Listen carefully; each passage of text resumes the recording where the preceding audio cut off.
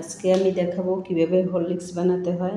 আমি আমার মেয়ের জন্য এখন বাসায় হরলিক্স বানিয়ে খাওয়াই।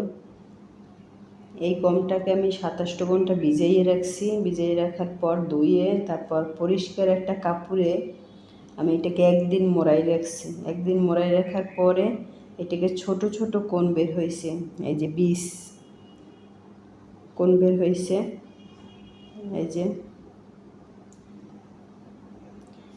ছোট ছোট কোণ হয়েছে। এগুলোকে আমি এখন ভাজবো।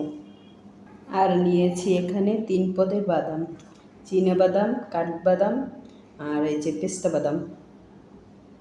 এটাকে অল্প আঁচে ভেজে নিতে হবে। এই যেভাবে আস্তে আস্তে অল্প আঁচে ভাজতে হবে। এই যে প্রায় আমার গমগুলো মচমচে হয়েছে।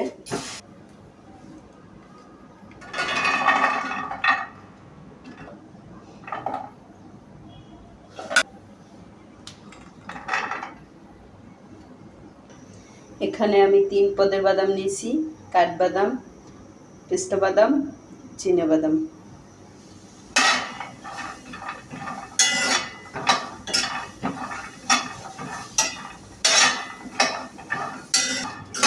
অল্প আঁচে আমি এই বাদামগুলো আস্তে আস্তে করে ভেজে নিতে আসি।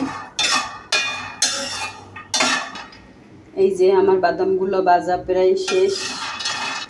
এখন বন্ধ করব। অল্প আঁচে আমি এগুলোকে ভেজে নিয়েছি।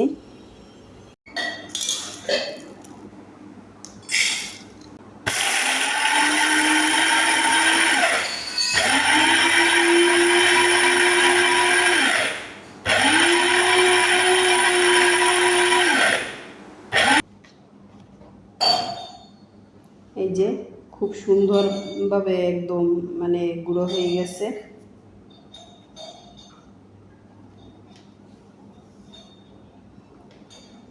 এই যে তারপরে এই যে কত সুন্দর একদম গুঁড়ো হয়ে গেছে।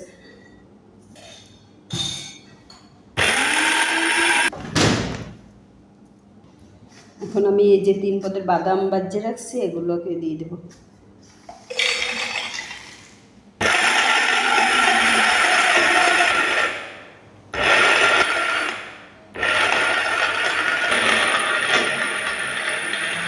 এই যে আমার বাদাম গুঁড়ো করে নিলাম।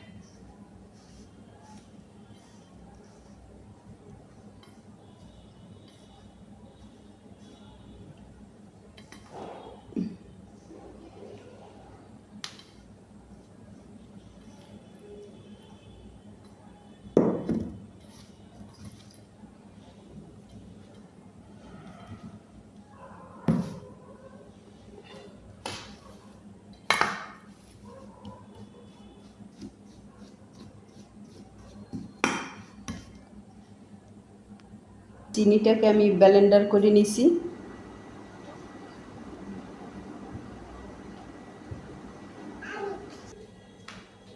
এই যে আমার মেয়ের যেটা খাওয়াবো সেটার ভিতরে গুঁড়ো দুধ দিয়ে মিলিয়ে নেব।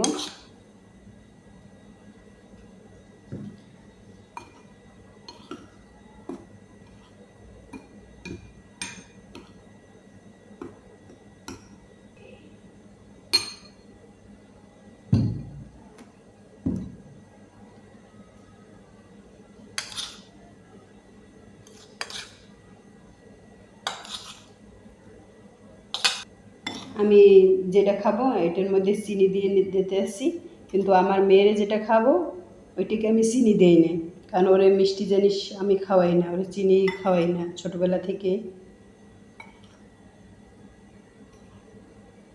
আমারটা গুঁড়ো দুধ আর চিনি মিলাই নিলাম। অনেকে কোকো পাউডার দেয়, কিন্তু আমি সেটা দিলাম না, আমার কাছে ছিল না, তার জন্য দেয়নি।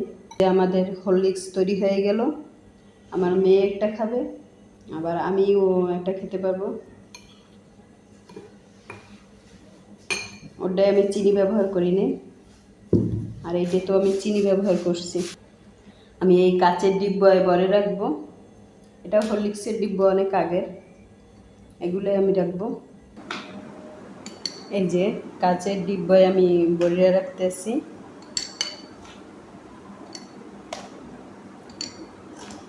এতে আমার মেয়ের 1 মাস যাবে। 1 মাস পর আমি ইনশাল্লাহ আবার বানাবো। প্রতি মাসেই আমি আমার মেয়ের জন্য বানাই।